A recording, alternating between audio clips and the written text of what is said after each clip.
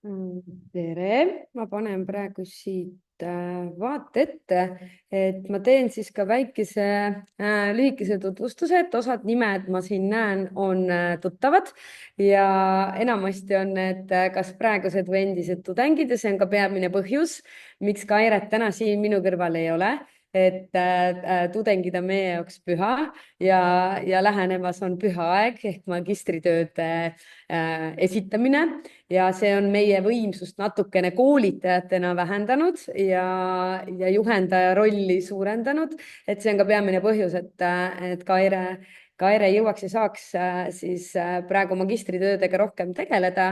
Aga ja, et me koos oleme seda digiturvalisuse vankrit vedanud ja mina siis täna vean üksi, aga jah, et Kaire oma mõtete ja näidetega siin igal juhul kaasas ja põgusalt siis sellest, et ma ise olen siis nüüd nii-öelda uuest aastast, siis mitte õppeaastast, aga 2025. aastast siis Digitehnoloogiate Instituudis natuke olen seotud ka Haridusteaduste Instituudiga ja enamasti mu tudengid teavadki mind just Haridusteaduste Instituudist ja ka õpetajate seminariga siis Tartus. Aga minu süda põksub alati lasteaedadele ja koolidele ja need näited, mis me täna siis oleme siia kokku koondanud, ongi just seda kõige nooremat õppijat silmas pidades, et kes siis osales, ma korra panen siia ette, et Youtube'is on olemas, Sander saab ka selle lingi siis panna kas chati või pärast hiljem kontaktidesse, et meie esimene kohtumine oli siis 2. aprillil, kus meie fookus oli rohkem õpetaja sellistel oskustel ja teadlikkuse tõstmisel, et mis on need ohud ja riskid ja tegelikult, mida õpetaja ise saab enda digiturvalisuse mõistes ära teha, et siis täna on meie fookus rohkem lastel, et mida siis rühmas teha ja hakkamegi siit otsast minema, et ka eelmine kord me näitasime slaidi, mis puudutas uuringuid. Ma pidasin oluliseks seda täna ka uuesti siin näidata, et kuna üks on seesama õpetaja enda oskused ja teadlikkus digiturvalisusest, aga teine on, kuidas viia see lasteni ja mis oleks need eakohased tegevused ja lõimitult õppekavaga, mida täna saab rühmas teha. Ja kuna Kaire on varasemalt ja jätkusuutlikult siis koos magistrantidega vedanud sellist digivaldkonna kaardistavat uuringut, kus siis õpetajate käest küsitakse erinevate teemade kohta. Üks plokk on seal siis õppija digipädevuse toetamine ja siin on siis ära toodud 5 osaoskust, millest te näete ka, et üks on siis see digiturvalisus ja kui õpetajate käest küsiti, et kui oluliseks nad seda peavad, et siis te näete, et siin see keskmine on sellel digiturvalisusel päris kõrge võrreldes siis nii-öelda teiste osaoskustega, mis siis tähendab, et õpetajad peavad seda digiturvalisuse teemat väga oluliseks, aga nüüd see teine pool, et kui palju nad seda siis reaalselt ka rühma kontekstis teevad, et siis seal õpetajad tunnevad, et mitte piisavalt ja neid põhjuseid ongi erinevaid, et kas siis minu kui õpetaja enda teadlikkus on madal, oskused on need, mida oleks vaja lihvida või lihtsalt mul ei ole ressursse, ei ole ajalist ressurssi ja ei ole ka võib-olla seda rahalist ressurssi, et kas osaleda koolitusel või siis kogu majaga koolitusel, et neid põhjuseid on siis erinevaid. Ja see on ka see, miks me siin aprillikuuses sellest digiturvalisusest räägime ja miks me seda oluliseks peame, sest ka õpetajad peavad seda oluliseks. Ja ma olen siia ette tõstnud siis nii-öelda need digiturvalisuse osaoskused, et eelmine kord näitasime teile õpetaja omasi, kus neid on 6, aga kui me nüüd keskendume lastele, siis neid osaoskuseid on 5 ja 4. selles ongi siis digiturvalisus. Ja tegelikult, kui te neid siin loete, et kellele see, et ma kohe näitan ka seda keskkonda, kus neid saate nii-öelda paralleelselt kohe ise ka vaadata ja avastada, et tegelikult nad on üksteisega väga seotud, et kui ma vaatan seda digiturvalisust, ega ma ei pääse probleemi lahendusest, suhtlusest, andmetest ja digisisu loomisest. Et mingil hetkel on need kõik osaoskused justkui ühes paadis. Täna me oleme püüdnud seda digiturvalisust natukene tõsta teise paati, et vaadata teda sügavamalt, aga sealt taustal jooksevad tegelikult need teised osaoskused ka. Ja ma hommikul veel slaidid üle vaatasin ja just neid 3 sinist siin, et mis puudutab siis, kui me räägime laste digipädevusest ja siis ühe komponendina seda digiturvalisust, siis mul oli pandud tegelikult see ohutuse tagamine, teadlikkus ettepoole. Aga kui ma vaatan siia just peale õpetaja ja lapsevanemana, siis tegelikult see usalduslik suhe võiks olla see kõige kuldsem sõna, miks me digiturvalisusest täna lasteaias räägime ja miks me ka lastega neid tegevusi teeme. Et kui olles siin lugenud erinevaid uuringuid ja ka kolleegidega, kes täna töötavad näiteks laste vaimse tervisega, psühholoogid, terapeudid, siis mida nad välja toovad, ükskõik milline see kodu või lasteaed on, kui tehnoloogiarikas või vaene ta on, kõik taandub lõpuks selle usaldusliku suhte peale. Et kui seda usalduslikku suhet lapsega ei ole, siis tegelikult on väga keeruline lahendada neid meediast tulenevaid konflikte või ka ennetada neid riske ja ohte.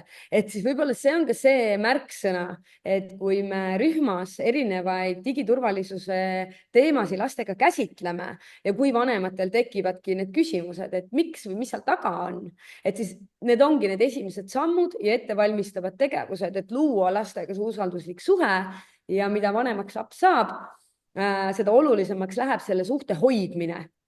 Ja väga keeruline on siis lahendada või tekitada neid kokkuleppeid, kui seda usalduslikku suhet ei ole lapsevanema ja lapse vahel või õpetaja lapse vahel. Et siis tegelikult selline vestlemine digiturvalisusest aitabki seda usaldust luua või hoida, et ka lapsed julgevad rääkida oma meediakogemusest, nii positiivsest kui negatiivsest. Kui ta teab, et ta saab pragada, siis ta ei räägi.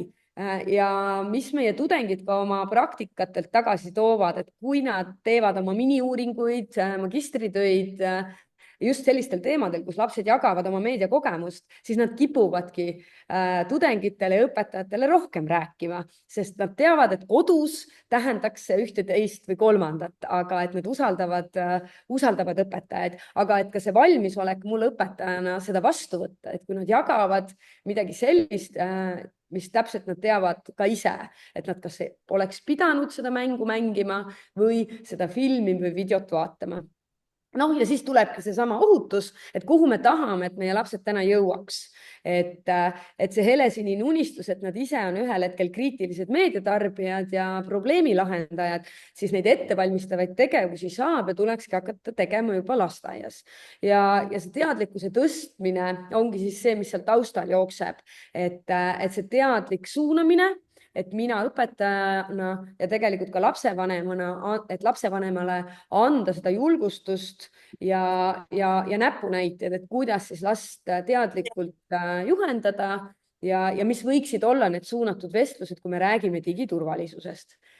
Ja ma võtan korra siia lahti selle digipädevus ka, et ta asub siis sellel lehel digipädevus.ee ja õppijad on siis see rubriik, mis meid huvitab ja siin on tegelikult see digipädevusmudel, mida ma teile siin slaidi peal näitasin, aga mida me ise siis väga agaralt õpetajatena kasutame, on siis õppija hindamiskriteeriumid. Et siin on siis see tore töö õpetajale ära tehtud, et see õppekava kontekst on siia juurde toodud.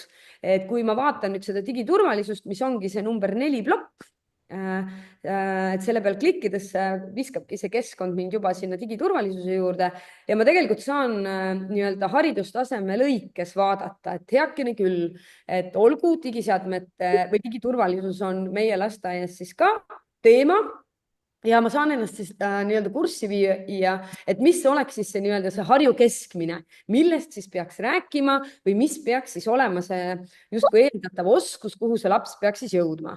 Ja siia on siis tõesti nii-öelda Harju keskmine ära kirjeldatud, et kui ma vaatan alusharidus ja vaatan digiseadmete kaitse, et mida selle all mõeldakse, mida mina olen oma majas teinud, kus ma olen haridustehnoloogina töötanud, et me olemegi õpetajatega maha istunud ja arutanud neid, et kuidas me saame aru, sest et tihtilugu siin tekibki see tõlgendamise küsimus, et mida siin on mõeldud, aga kui ma jagan oma maja töötajatega oma mõtteid, tundmusi, kogemusi, siis need saavad selgemaks ja me saame neid ka enda jaoks nagu rohkem lahti sõnastada. Aga laias laastus siis, kui me räägime nendest digiseadmete kaitsmisest, siis siin all ongi tegelikult mõeldud sedasama, et kui meil on rühmas kokkulepped, kuidas me käime ümber kääridega, vesivärvidega, mänguasjadega, et siis sama kehtib tehnoloogia puhul. Oluline on lihtsalt kokku leppida, läbi rääkida, et me ise saame õpetajatena ühtemoodi aru ja me oskame seda ka lastele väga selgelt kommunikeerida. Ja et need digivahendid ja tehnoloogia ei ole midagi tohutult erilist, et lihtsalt seal kehtivad ka kokkulepped, sest et seal taga ongi see digiturvalisus, meie enda tervis ja tegelikult selle vahendi tervis ka. Mida ma alati olen soovitanud nii tudengitele kui kolleegidele, et kiigake ka neid kooliastmeid. Et kuna need osaoskused on siia niimoodi kirja pandud, et nad on seotud ja korduvad, et siis tegelikult, kui mina vaatan siin justkui seda esimest kooliastet, 1., 2., 3. klass, siis mina võin küll julgelt öelda, et minu 4, 5, 7-aastased lasteaias ja ka kodus 3, 5, 7-aastane suudavad ka nendel teemadel kaasa rääkida ja erinevaid siis selliseid rollimänge mängida. Mul siis lõpupoole on ka mõned näited, et mida siis lastega teha ja kuidas, et mis asjad on salasõnad, paroolid, pinnid, millest need koosnevad ja miks me neid üldse kasutame ja nad oskavad väga edukalt kirjeldada, mis on nii-öelda see kodune seis ja tegelikult, et ka mis toimub lasteaias, et õpetaja arvutil on parool peal ja mille järgi me saame aru, et parool on peal ja kuidas seda parooli siis luua, et mis peavad ühes tugevas paroolis olemas olema ja mis on sellised head sõnad parooliks, et kas näiteks minu enda nimi ja sünniaasta on hea parool või ei ole hea parool.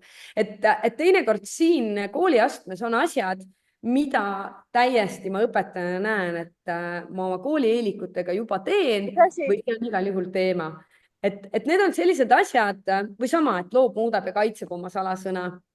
Et ei tasu sellest nii-öelda heituda, et kui siin, see on kooli teema, mind see ei puuduta, et siit tegelikult saab väga palju häid mõtteid. Sama on siis ka järgmisega, et siin digiturvalisuse all 4 plokki on ja jälle, et kui ma ise õpetajana mõtestan enda jaoks, et okei, isikuandmete privaatsuse kaitse, et mida selle all mõeldakse, et mul on rühmas 4-5-aastased, millest ma peaks siis rääkima või millega seda üldse siduma. Ja tegelikult kõige sellisem lihtsam näide, et mida täna lastele lasteaias õpetatakse, harjutatakse, et see enda nime ütlemine, kas ma olen poiss või tüdruk, kus ma elan, aga arutelus lastega tuleb alati see küsimus, aga kellele sa võid seda öelda? No võõrale ei või. Minu hommikune vestlus enda 7-aastasega jõudis selleni, et kes on see võõras, mille järgi ma saan aru, et tema on nüüd võõras inimene. Aga tema tahab teada ja see võõras inimene võib ollagi kiirabitöötaja. Et kui laps on kas kogemata helistanud kiirabisse, kus siis ka küsitakse tegelikult ju kohe sinu nime, sinu kodust aadressi ja kui sinu isa-ema ei ole suutelised telefonile vastama ja on see 7-aastane, kes peab seda infot välja andma. Siin ei saa peitust mängida, mina ei saa. Nii. Et siis need on need, mis lähevadki selle digiturvalisuse alla ja kindlasti ma julgustan kõiki õpetajad just selles valguses mõtlema, et selleks, et neid teemasid lastega arutleda ja läbi mängida, et siin rollimängud ja liikumismängud on väga tänuväärsed. Mul ei ole rühmas sellel hetkel, kui ma räägin isikuandmetest ja privaatsusest, otseselt mitte ühtegi digivahendit vaja. Ehk siis see, et ma ei saa lastega digiturvalisust teha, sest meie lasteaias ei ole digivahendeid, ei ole kindlasti nagu teema, sest lastel on juba kodudes tulles need kogemused olemas ja ma nutikõpetajana saan seda lihtsalt õppimise teenistusse rakendada, teades, et neil on see info, neil on see kogemus nii positiivne kui negatiivne, et me saame arutleda ja juurelda ja teha siis erinevaid mänge nendel teemadel. Ja siin samamoodi, et see kooliaste annab ka selliseid lisavihjeid, mida võiks lastega siis veel teha, et näiteks, et mida ma jagan ja mida mitte või kuidas ma siis käitun või mitte.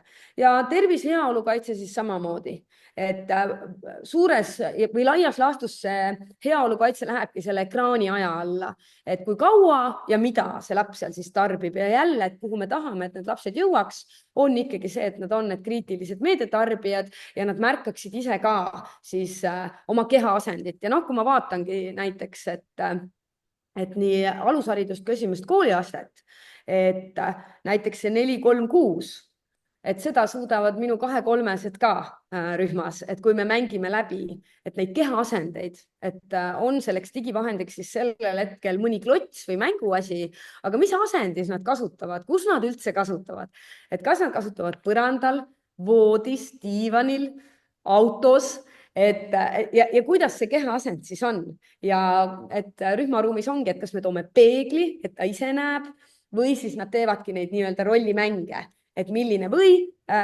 tee sobivaid harjutusi silmadele, kätele, rühile. Väga edukalt 2-3-stega tehtav läbi liikumismängude ja mul ei ole sellel hetkel vaja ühtegi digivahendit rühma, sest neil kõigil on see kogemus. Nad on kodus telekat vaadanud, nad on nutiseadmetes olnud, aga kuidas nende keha või kuidas nad hoiavad. Et siis need on sellised spikrid teile endale, mida ma soovitan siis läbi käia ja ühiselt oma majas siis ka mõtestada, kas siis oma rühmas, oma meeskonnaga või siis suuremalt, et kui lasteaias on näiteks sellised digiteisipäevakud või ühised mõtestamise kolmapäevad ja et fookus ei pea alati olema uue vahendi õppimisel, vaid tegelikult just, et kuidas me näiteks digiturvalisuse temaatikat oma majas käsitleme. Ja ma lähen siis siia tagasi, et mis siis oleks need konkreetsed näited, aga ma tõin korraks, kiikasin siis meie uuenevasse alushariduse õppekavasse ja sealt tööversioonist noppisin välja need kohad, kuhu suure tõenäosusega see digi sisse potsatab. Ja siis on nagu õpetaja sõrmed selles mõttes ikkagi sahtli vahel, et kui me seni ikkagi kuidagi saime sellest digiteemast niimoodi mööda, siis septembrist pole pääsu. Et hetkel võib sealt tööversioonist leida, et suure tõenäosusega ta sinna jääb.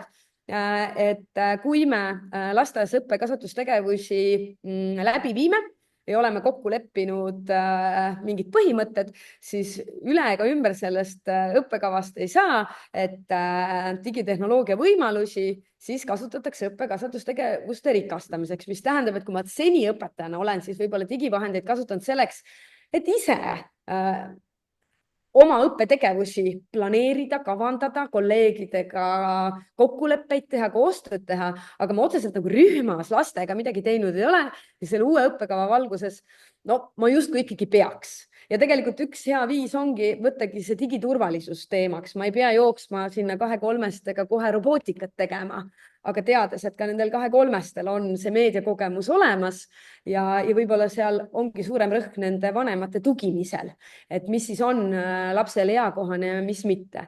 Siis õpi- ja kasvukeskkond, et jällegi, et milline on see füüsilise ja digitaalse keskkonna kooslus, kui laps on lasteaias, ehk siis kuhu me paneme need vahendid, kas need on meil metoodikakabinetis peidus ja ma lähen korra nädalas võtan ja need on justkui hästi erilised või nad asuvad meil rühmaruumis mingis kindlas kohas, nii nagu on vesivärvid, nii nagu on pintslid, nii nagu on plastiliin ja meil on siis need rühmakokkulepped, millal ja kuidas me neid kasutame. Siis keskkond oli tõesti valdkond, kus ma selle lihtsalt otsides, kui ma kasutasin seal otsisõna digi, tõesti olemas oli. Et loodus- ja tehis- ja digikeskkond on mina keskkonna all kirjeldatud ja mida ta siis sisuliselt tähendaks. Siin ma võiks tõesti tuua nagu rohelise värviga, et see digiturvalisus on sinna sisse kirjutatud, et kuidas neid vahendeid eesmärgipäraselt ja heaperemehelikult kasutada, mis on need ohud, mis on need võimalused ja tegelikult, et kuidas seda siis turvaliselt kasutada. Ja tegelikult sinna alla läheb ka kõik abi küsimine, et kui ma olen hädas, et kuidas ma siis õpetaja poole pöördun, et tegelikult kõik see ettevalmistav sõnavaraga abi küsimiseks, et aku on tühi, et see ei ole tegelikult tänaste laste igapäevane nii-öelda kogemus, et kuidas seadet siis laadida näiteks. Ja väga suur sensatsioon on ka patareid ja akud, et kui palju kodudes siis see töö nende eest ära tehakse või kui palju neid kaasatakse sellesse protsessi, et mis siis saab, kui seadmel on aku tühi, kust ma üldse aru saan, et aku on tühi. Ja loomulikult keel ja kõne, et sinna sisse ta oli ka pandud ja ma suure tõenäosusega arvan, et ta sinna ka jääb, et kõik, mis puudutab siis seda eneseväljendust ja millist meediasisu lapsed on siis tarbinud, kas kodus või lasteaias, et selle kogemuse jagamine. Ja minu üllatuseks oli ka kunsti alla see digi pandud ja noh, täiesti loogiline, et selline loov eneseväljendus kaasaegsete vahenditega, on nad siis heli salvestavad vahendid, pilti salvestavad vahendid, et sinna oli pandud. Nüüd kindlasti mul tekkis see küsimus, et aga üldoskused, et kui ma seda tööversiooni vaatasin, et kas seal ei ole, no hetkel ei olnud, aga iga endast lugupidav õpetaja, lapsevanem üldoskuste peale mõtleb ja ma siin tegin siis lihtsalt selle noppe, kus ma tegelikult õpetan, kui ma nendele üldoskustele otsa vaatan, siis ma seda digi seal näen, et öelda, et ai, üldoskustes sees ei ole, et seal ei ole vaja üldse käsitleda, et siis siin tegelikult need seosed on väga tugevalt olemas, et kui seal on mänguoskused ja laps algatab mänge, arendab mängusisu, siis ma usun, et iga õpetaja siin suudaks täna tuua vähemalt 2 näidet oma rühmas, kus nad on näinud seda, et laste mäng on muutunud, mängutegelased, mängutsenaariumid ja kui on nädalavahetusel või õhtul kodus mingit uut meediasisu tarbitud, on see siis mängu või filmi või video näol või multifilmi näol, see tuleb rühmaruumi kaasa ja igal juhul on siis sinna kaasatud teised rühma lapsed ja tegelikult otsapidi ka õpetaja. Ja tegelikult, et lapsed siis võtavad nendes mängudes erinevaid rolle, ma panin siia digimängu mõiste, see on tegelikult täiesti eraldi koolituse teema, et kuidas seda digimängu märgata, juhendada, suunata. Aga ta jah, ei ole siis ainult see mäng, mis toimub ekraanidel, vaid see digimäng võibki olla täiesti digitehnoloogia vaba, aga juhitudki nendest samadest meedia lemmikutest, käpapatrullidest, enchantimalidest, mida iganes lapsed täna siis seal ekraanidel tarbivad ja need rollid võetakse siis seal rühmaruumis. Tunnetusõpioskused, et kindlasti, et laps kasutab sobivaid vahendeid ja võtteid probleemi lahenduseks ja nende vahendite all ei mõelda alati ju plastiliini ja värvipliiatseid või nukke, vaid nende vahendite all on meil ka siis need kaasaegsed vahendid, mida nad kodus kasutavad ja tegelikult ka lasteaias. Siis sotsiaalsed oskused noppisin ma sealt välja, et tegelikult just see sobiv ja ebasobiv käitumine ja see ei ole jälle ainult see silmast silma, et see viisakas käitumine, tere, head aega. Et sama, et kui mul on videokõne või kui mul on telefonikõne, et kuidas ma siis käitun või see, et inimesed on erinevad, et kuidas ma siis selle lasteni viin, et siin jälle, et see digi pakub ka neid võimalusi, mida ma ei saa tegelikult rühmaruumi viia, et ma toon siis liitreaalsuse abil näiteks rühmaruumi sinivaala või dinosaurused, aga sinna juurde alati käib nii-öelda see digiturvalisuse temaatika. Ja loomulikult eneseregulatsiooni oskused, et oma emotsioonide kirjeldamine ja nende väljendamine, et jälle see loov eneseväljendus ei pea alati piirduma siis sellega ja üldiselt lastel ei piirdugi sellega, et ma oskan joonistada, rebida erinevaid tehnikaid, vaid et seal on nii-öelda see üks meedium juures ja jälle, et kui ma õpetajana seda kasutan, et lapsed näiteks salvestavadki oma juttu või laulu või helisi, et siis jälle, et see digiturvalisus jookseb seal taustal. Aga kus ma siis üldse ühtegi sõna digist ei leidnud, oli siis matemaatika, muusika, liikumine. Et millegipärast seal uuenevas alushariduse õppekavas neid ei olnud, võib-olla nad seal 1. septembriks ikkagi on, sest matemaatika ja robootika on ikkagi nii tihedalt seotud või muusika, liikumine, meedia õpetusega, et kuidas ma saan läbi muusika ja liikumise seda laste meediakogemust siis kätte, et mida nad teevad, mida nad tarbivad ja jälle, et mis oleks siis need head valikud, mida laps võiks ühel hetkel ise teha. Mida mulle võimalikult annab. Et kas või need liikumispausid. Ma ju siin ei saa valida. kui ei ole parasjagu siis ekraaniaega või kui ekraaniaeg just lõpeb, et mis siis on need alternatiivsed tegevused, et siis tegelikult see liikumine on üks väga suur pärl, mis aitab meil seda tasakaalu hoida. Aga neid seal hetkel nagu ei olnud, aga jälle üks endast lugupidav õpetaja ei lase sellest häirida, et kui ma tean, et mis nipid mul täna kasutada on, et siis tegelikult see ei ole mingi takistus. Ja ma panin siia lihtsalt sellise võib-olla kokkuvõtte, et ma näitan siis mõned praktilised näited, mul on mõned videod. Aga jah, et kui me räägime digiseadmete kaitsest, siis see mõte ei ole see, et teil peab siis see digipädevusmudel peas olema, aga et noh, mida selle all on mõeldud, et just, et kuhu me tahame, et lapsed jõuaksid, et just, et see vastutustundlik kasutamine ja et need esimesed sammud ja ettevalmistavad tegevused algavadki juba lasteaias, et kuidas see teadlik digikasutaja meil siis kasvab või see nutikas nutiseadme kasutaja, siis isikuandmete ja andmete kaitse, et mis on see info, mida tegelikult võib internetis jagada ja see ei ole nii-öelda delikaatne. Ja mis on see delikaatne info, mida ei tohi jagada ja millisel juhul tuleks luba küsida, et siin mul ka mõned praktilised näited. Tervis, heaolu, et just, et mis on need ebasobivad olukorrad ja lapsed teinekord saavad aru alles siis, kui see mäng on mängitud või video on vaadatud, et see vist oli see, mida ma ei oleks tohtinud vaadata. Ja keskkonnakaitse ehk tegelikult ka teadlikkus sellest, et mis on selle seadme eluring. Et kus need valmis tehakse, kus neid soetada saab ja kui need ühel hetkel katki ja rikki lähevad, mis neist siis saab. Ja ma panin nüüd nende samade digipädevusmudeli lõikes siia siis sellised praktilised nipid ja näited, mida ma ise olen teinud lapsevanemana kodus enda lastega, mida ma olen siis lasteaias teinud rühmalastega ja mida ma olen ka siis koolis tegelikult teinud, et kas ma olen siis mugandanud mingisuguseid õppemänge lasteaia kontekstist sinna esimesse kooliastmesse või vastupidi, et tundub, et seal koolis on mingid lahedad tegevused, aga need sobivad väga edukalt ka lasteaeda. Et siis noh, kõige lihtsam näide, et võib-olla sellised esimesed katsetused ja kõik saavad selles mõttes mõelda, et tegelikult ma olengi seda teinud, aga ma ei olegi võib-olla seda niimoodi teadvustanud, et see on tõesti laste digipädevuse toetamine ja just selles turvalisuse plokis.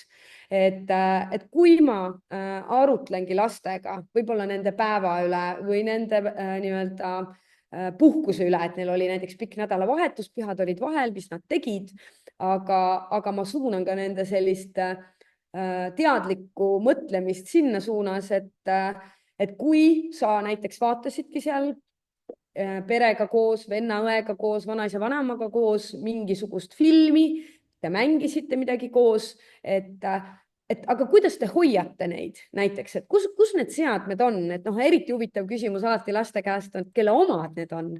Et teinekord on väga huvitav, et nad tegelikult neid vanema seadmeid peavad enda omadeks ja nad lubavad neid oma vanematel lahkelt kasutada. Et tegelikult ka see omamine, et mida tähendab, kelle seade see on, et kes on siis need lapsed, kes kasutavad vanemate seadmeid, kellele on tõesti ostetud isiklikud seadmed ja kes siis on need lapsed, kes teavad, et nende lahkel loal nende vanemad võivad nende seadmeid kasutada. Ja tegelikult, et mis on see seadme turvaline hoidmine, et kus neid hoitakse? Kas neil on kotid, vutlarid, kas nendel on kodus mingi kindel koht või nad ütlevad ei, et kui magama läheme, läheb padja alla MLS-il see telefon, et noh, kas see on turvaline? Mis juhtub, kui see saab märjaks või maha kukub? Ja kuidas sellised asjad juhtuvad ja kellel need juhtuvad ja mis siis saab? Ja või seesama, et noh, parooli ütlemine või teadmine, et teinekord nad neid, et kui ka nende käest küsida, et kas sa tead seda parooli, siis nad muidugi ütlevad sulle selle parooli kohe ette, et siis saab nagu arutleda, et kas sa võisid seda MES-i parooli öelda. Ja noh, mis mina olen siis kasutanud juba päris väikestega, et 2-3-stega me oleme hakanud seda praktiseerima ja nad tulevad sellega väga hästi toime. Ja tegelikult eesmärk on olnud arendada peenmotoorikat, aga me oleme siis kasutanud selleks peenmotoorikaks statiive ja erinevaid vahendeid. Ja ma panen siis ühe video siit käima. Meil peaks olema ilusti see heli ka, kuigi nad ei räägi, siin on lihtsalt muusika, aga vaatame selle video koos ära. Ma panen ta siit suurelt käima. aga ma püüan selle muusika taustaks ikkagi jätta.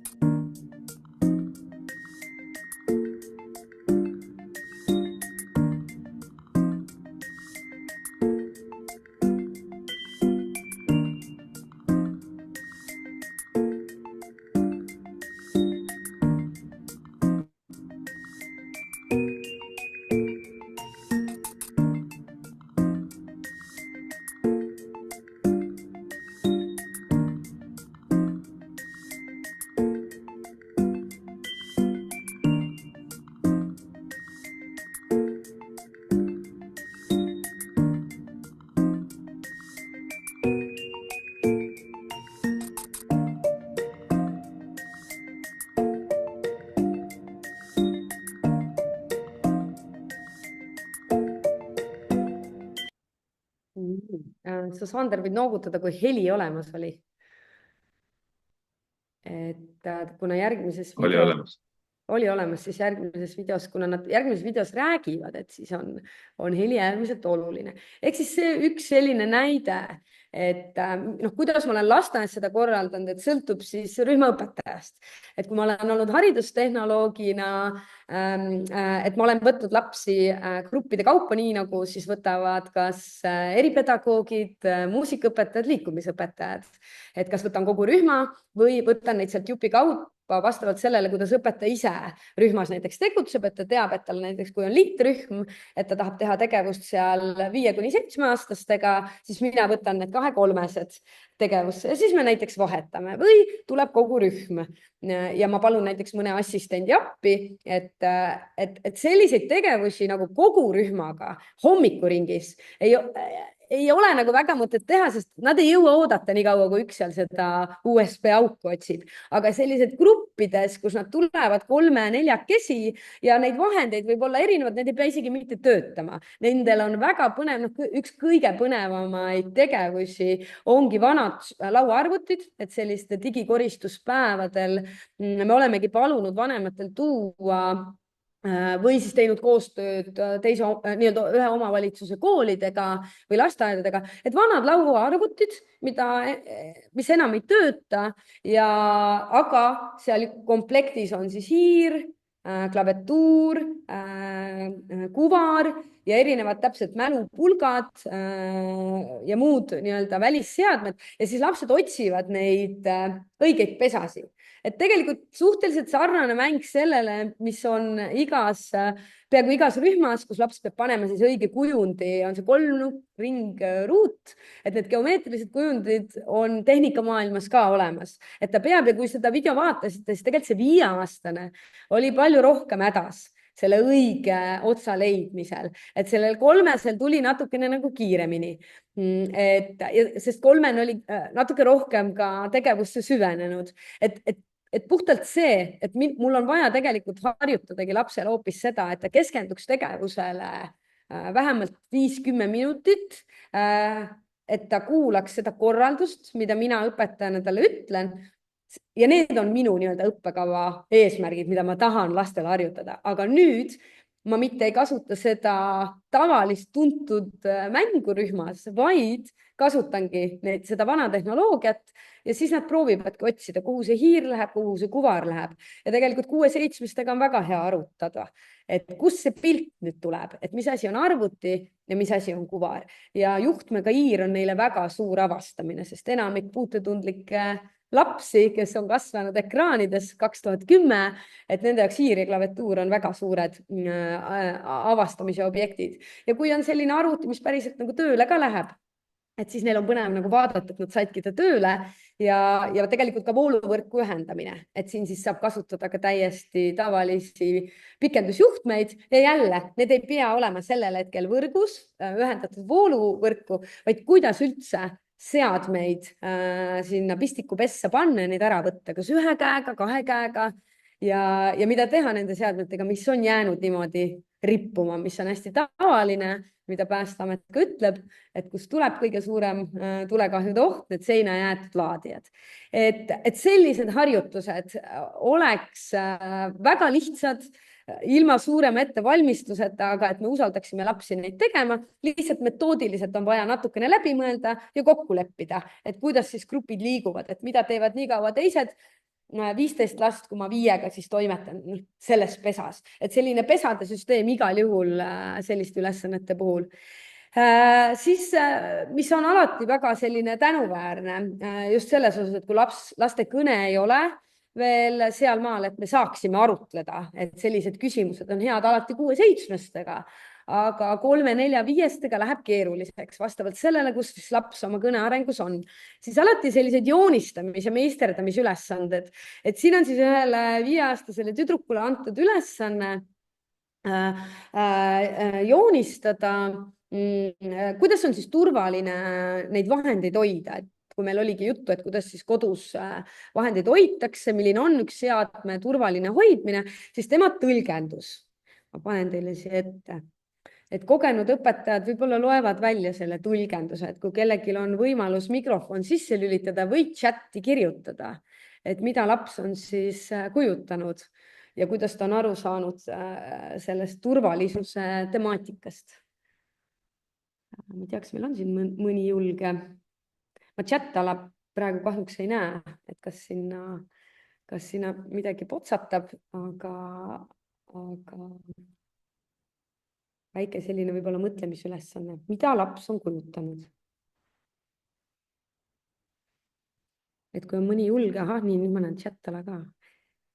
Just, et ma saan aru Kalevipoja lasteaed ja 100-jalgsed, täpselt. Et kuidas siis hoida nutitelefoni. Vasakul pool on 2 käega, paremal pool 1 käega, et kusjuures ta ei ole maha kriipsutanud, aga kui ma palusin tal siis selgitada, siis ta selgitas, et jah, et turvaline on hoida ikkagi, et kui sa telefoni käes hoiad, sellega mängid või sealt midagi vaatad, siis alati peab 2 käega hoidma, et 1 käega hoidmine, et siis ta võib maha kukkuda. Et ka sellised ülesanded, kus ongi tegelikult jälle mina õpetajana ei pea vedama rühmaruumi tohutut digitehnoloogiat, vaid teades, et neil on see kogemus olemas, nad on jaganud, nad väga tahavad jagada seda, mida nad seal ekraanidega teevad, aga minu huvi jälle oli, et ta tegelikult kasutaks erinevaid pliiatseid värve, et ta millegipärast valis halli, ma küll lootsin, et ta kasutab ka värve ja joonistab sinna mingisuguseid pilte, aga tema jaoks telefon oli nupud. Natuke kiire oli ka, et ühele on ta teinud siis numbrid, teise puhul on ta nagu loobunud. Et jälle, et hoopis see eesmärk oli erinevad töövahendid, jälle tegevusele keskendumine, loov eneseväljendus, aga see teema, mida ta siis kujutab, on seotud siis tema enda digikogemusega ja just, et see turvalisus, et mis on turvaline seadmekasutus. Ja iga laps tõlgendabki seda vastavalt oma kogemusele ja arengule vastavalt, et nad saavad väga erinevalt sellest aru. Siis veel, milliseid nippe lastega kasutada, et just seesama nime ütlemine, et sellised väga head rollimängud, et kui sinult küsitakse nime ja mina õpetajana või assistent saab kehastuda või lapsed omavahel kehastuda erinevateks inimesteks ja millisel juhul ma siis ütlen talle oma nime ja millisel juhul mitte, mis on see minu käitumine, kui keegi tuleb tänaval ja ütleb, et kuule poiss, mis su nimi on? Et siis öeldakse, et tänapäeva lapsed on väga ebaviisakad, ei ütle isegi oma nime. Aga kui need on õpetatud, et sa ei peagi võõrale inimesele nime ütlema, sest me elame täna oluliselt ohtlikumas maailmas, kui seda oli näiteks minu lapsepõlves. Et mina oma lapsepõlves iga käratamise peale ütlesin oma nime, sest küsiti. Aga tänane laps, ta ei ütle seda ja mitte sellepärast, et ta oleks ebaviisakas, vaid seal taga on võib-olla mingisugune treening, millel on tegelikult väga mõjuv põhjus. Kas sa lubad ennast pildistada? Ja need on ka hästi põnevad vestlused lastega, et millal nad lubavad ennast pildistada, millal mitte ja kas nende käest küsitakse üldse luba.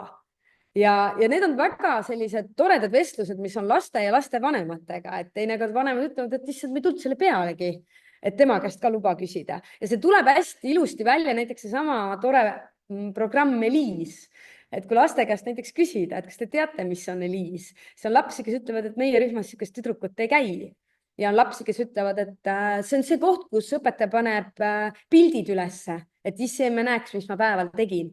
Et jälle, et juba selle Eliisi külge saab ehitada väga palju tegevusi ja laste ja vanematega arutada, et kas vanemad näitavad pärast kodus lastele neid Eliisi pilte ja kas lapsed ise üldse kunagi näevad neid Eliisi pilte, mida õpetajad on teinud ja sinna üles pannud, et kas siis õpetaja ise näitab lastele, et mida meie oleme siis või mida mina olen teinud siis lasteaias lastega, et ma olen näiteks küsinud või enne, kui ma teen pilti, et kui nad on seal tegevuses ja ütlengi, et ma teen nüüd pildid ja need pildid lähevad pärast Eliisi, et emme-tissid näevad. Ja siis mõni laps ütlebki, et aga ma tahaksin näha enne seda pilti ja ta ütleb, et teeme uue, et ma jäin siin natukene nagu pahasti. Või mõni laps ütleb, et ma ei soovi, et sa selle pildi sinna paned, et siin just oli teema ühe kolleegiga, kes ütles, et tullakse kooli filmima, et kuidas siis peaks laste käest seda luba küsima. Ja minu soovitus puhtalt enda kogemuse pealt, et kui me oleme lastega teinud ka selliseid filmimisi, mis ei lähe jagamisse, näiteks ei tule mingi telekanal filmima, vaid et me tõesti rühmasiseselt või klassisiseselt filmime, et ma ikkagi küsin alati luba, aga ma selgitan, et kui ta seda luba ei anna, ta ei soovi, et millest ta siis ilma jääb, sest teinekord lapsed, nad ei saa aru, millele nad nagu ei ütlevad, et kuidagi justkui neil on see, et minu emme ei luba, et mind pildistatakse, aga kui ma talle nagu selgitan ja pärast ka vanemale, et see tähendab seda, et pärast nendes õppetegevustes tema videot ei ole. Ja meil on olnud olukordi, kus see laps on väga õnnetu, kuna lapsed tegidki luuletusi ja filmisid siis üksteist, see oli paaristöö, filmisid üksteise luuletusi ja just selle mõttega, et nad pärast ise näeks ja kuuleks oma häält ja kuidas ta kaamera ees seisis, kuidas ta keha oli, milline ta näeb välja. Ja see tüdruk oli väga õnnetu. Ja siis oligi see, et teinekord ka mina õpetajana selgitaksin seda tausta, millest ta siis keeldub. Ja ma panen teile siit ühe video, see on ajaliselt, me jõuame seal ära vaadata, see on 7 minutit pikk. Et mis võiksid olla need arutelud, see ei tähenda, et kõik neid arutelusid peaks lastega tegema kohe järjest. Neid saabki jupi kaupa ära jagada kas või pool aasta peale. Et seda videot me näitasime ka minu teada eelmisel aastal, aga meile tundus see praegu ka väga relevantne. Ja ma panen ta siin käima ja ma panen heliga põhja, et ta peaks olema kuulda. Kood. Telefonikood. Sina? Ma näin. Karin. Ma issi telefoni kätte saan. Siis on kood peal või? Issi vanas telefonis on siukene kood. 000000000. Ei tea, kas see on turvaline parool või? Ei ole. Ei ole. Milline on turvaline parool? Nagu sinu parool. Kas mul on keeruline või? Ei tea. Mul on keeruline. Mis seal on keerulist? Kas seal on kõik nullid või? Ei. Seal on 8, 7, 0, 0. Kui sa paned parooli, siis sa telefoni sisse. Minul on ka parool. Punane telefon ja siis on 0770. See on nii raske nime. Näiteks Lorentsi. Siilipapierohi. Sellepärast, et keegi ei tohi sisse tulla ja nagu koode murda ja niimoodi kõik seadmed ära kustutada ja panna pahad seadmed. Aga ma võin näidata, sulle milline Kaire parool on. Ei, seda ei tohi näidata ju, see on ju turvalisus. sellepärast, et kui näiteks tema ohus on ja siis mina olen vaba nagu, siis ma saan nagu tema parooli sisse panna ja niimoodi teda niimoodi programmeerida, kes see robot nagu teda hoiab kinni ja on nagu paha. Siis ta lülitub nagu välja. Jah, soo. Okei. Et siis sul lähevad silmad krulli. Vot niimoodi, jah.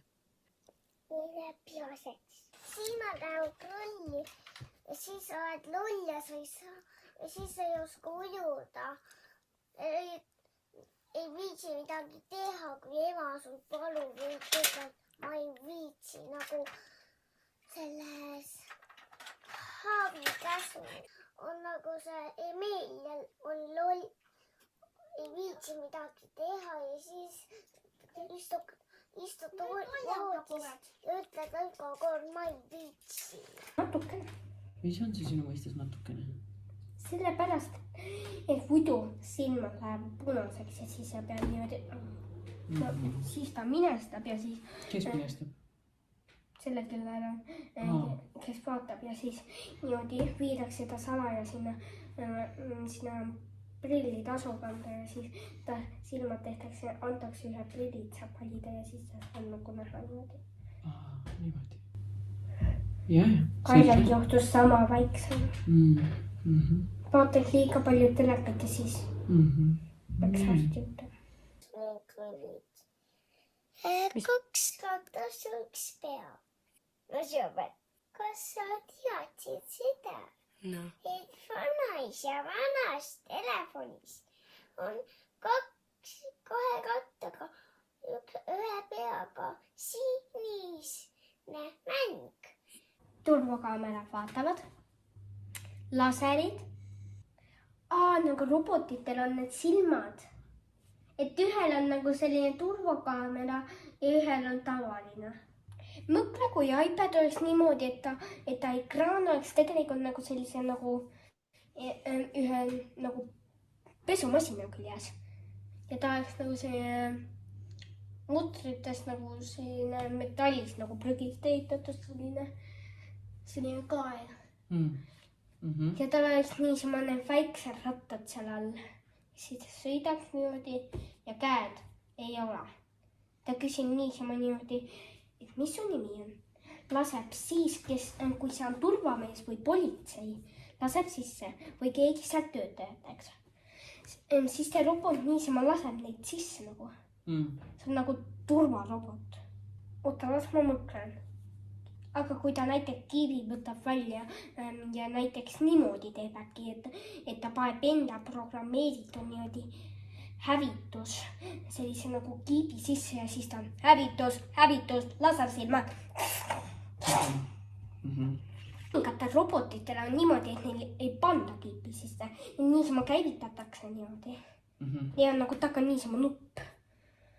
Aga tal pole nagu, ta hakkab nagu ise tööle, tal pole mingisugust käivitusnuppu ega midagi. Kustutan ära. Kui see tuleb sul kogu aeg, blink tagasi. Kas sa lähed kellegi juurde? Lähed niisama mängus välja. Aga kui tuleb uuesti, siis ma niisama korra kustutan mängu ära, tõmbad tagasi ja läid. Okei. Kas oma koduaadressi ja kas oma telefone ja neid detaile? Ma ei ütle niisama. Aga miks sa ei ütle niisama?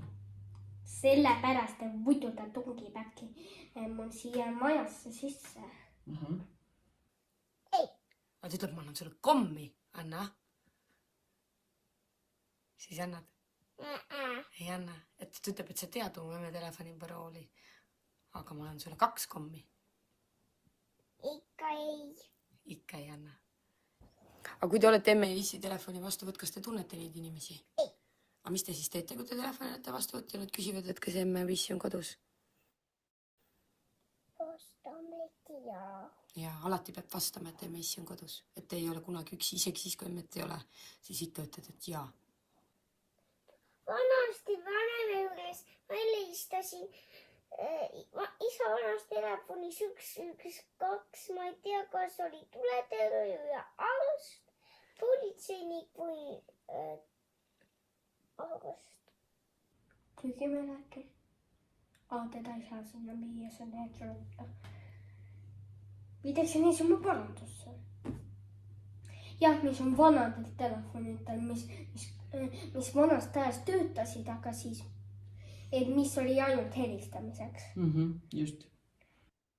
No nii, et siin olid siis laste mõtted ja jälle, et neid arutelusid tasub teha ja jälle, et meie oma koolituse raames oleme lapsi intervjueerinud, aga neid saab palju mängulisemalt läbi mängude kätte, et mida nad arvavad ja kus neil on sellised kohad, et nad päris täpselt ei saa aru, et näiteks seesama, et mis nendest vanadest seadmetest saab, et okei, paber ta pole, plastik ta pole, klaas ka pole, aga vaat kuhu ta siis läheb ja mis temast siis saab.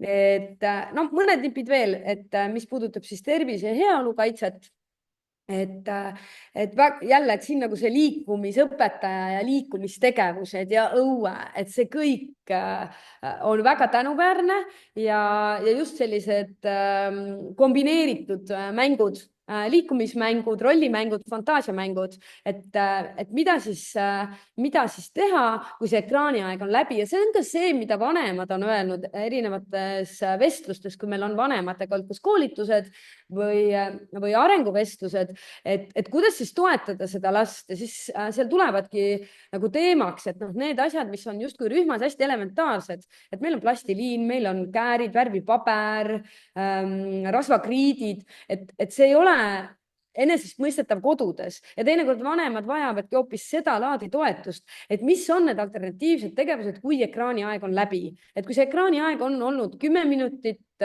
tund aega, 2 tundi, et mida siis peaks laps tegema ja laps vajab seda nii-öelda otsa kätte näitamist, see ei tähenda, et vanem peaks temaga nüüd tund aega seal voolima, aga et mis oleksid nagu need nipid ja et lapsed ise ka teaks, et kui me oleme näiteks, laps on vaadanud näiteks multikaid niimoodi, et suur seier on 12 peal ja nüüd ta on 6 peal, et vot nüüd sa oled pool tundi vaadanud, nüüd peaks vähemalt 1,5 tundi olema kas õues või tegema mingit sellist ekraanivaba tegevust, on see lauamäng, on see mingi liikumismäng, et nad tegelikult hakkaksid sellest aru saama, et kui ma olen digiseadmeid kasutanud, et siis mu keha vajab liikumist ja mis oleks need sellised tegevused, mida saab teha ka kohe ilma suurema ettevalmistuseta või täpselt, et kui meie ekraaniaeg on läbi, siis me kõik koos läheme ja teeme seda. Ja nüüd, mis veel, et kui me räägime sellest keskkonnakaitsest ja tehnoloogia eluringist, et siin kindlasti tulevad appi YouTube ja tehisintellekt, et kust saada nii-öelda ideid ja mõtteid, et tegelikult üks teema, mis lapsi väga köidab, ongi elekter ja elektrivool. Ja tegelikult täna, mis ma siit ise olen lastega kasutanud, et need on küll kooli kontekstis videoõpsi loengud, aga ma olen pannud, et siit ainult esimesed 30 sekundit, siit esimene minut, et ma õpetajana ka, et ma ei näita lastele tervet seda video, sest seal on liiga palju infot, mis ei ole neil eakohane, neil hakkab igav. Aga seal on sellised hästi lühikesed jupid, mis nagu juhatavad teema sisse, häälestavad lapsed ja küsivad võib-olla ka selliseid häid küsimusi, mis paneb lapsed mõtlema. Et siis siia ma lihtsalt panin mõned, mida mina olen siis kasutanud, et rääkidagi sellest, et kuidas seadmed töötavad, mida nad selleks vajavad, mis on akud ja mis on siis selline turvaline seadme kasutus, kui ma saan aru, et see seade on katki, et juhe on katki või kuidas ma saan aru, et aku on täis või tühi. Et kui meil on rühmas mingid robootikaseadmed, kus me saame aru, et need B-botid või Blue-botid on nüüd täis või tühjad ja kuidas neid nagu laadima panna. Ja ma korjasin siia materjali, et ma jagan siis neid teile ka, et mõned sellised kohad, mida ma ise aktiivselt kasutan ja mida ma tegelikult alati olen soovitanud ka kolleegidele, lapsevanemale, kes on ise tahtnud rohkem ennast kurssi viia. Et siin on väga toredad, mis mulle endale väga meeldib, on Siis need digimentori, see on siis Tartu Ülikooli poolt on need erinevad vahetunnimängud ja Inger Kleesmendi sellised digiturvalisuse mängud, et tal on ka Youtube'is mõned täiesti niimoodi need tegevused üles filmitud, aga neil on ka päris palju sellist head materjali, mida nad tasuta jagavad, et alati muidugi võib lisakoolitusi võtta, aga tegelikult täna on internetis väga palju selliseid häid lühiõpilugusid, et mida võiks nagu teha ja jälle vastavalt siis laste vanusele ja oskustele kohandada, et see tekstilist osa vähemaks, visuaali rohkem, aga et ma saan nii-öelda selle idee, et kuidas me võiksime siis midagi läbi mängida, põimideski sinna nagu liikumise. Ja see on kindlasti selline hea koht, mida ka liikumisõpetajaga läbi rääkida, et kui hüppamine ja koordinatsioon on teema, aga et kuidagi panna see selle digiturvalisuse teenistusse, et mida nad parasjagu seal teevad. Et siin kindlasti võiks omavahel kolleegid kindlasti neid ideid jagada, et ei pea üksi selle digiturvalisusega pusima. Et need lingid jäävad teile siis siin ka nähtavaks. Aga meil see aeg on ludinal läinud, et kui kellelgi on võib-olla mõnda küsimust või kommentaari, mida ta sooviks jagada, et siis võib siia chat-alasse panna või kui on võimalik mikrofon lahti teha, et siis ma ka olen valmis vastama. Et ei pea olema küsimus, võib ka olla mõni hea kogemus, mida jagada. Või halb kogemus. Nendest on ka alati palju õppida.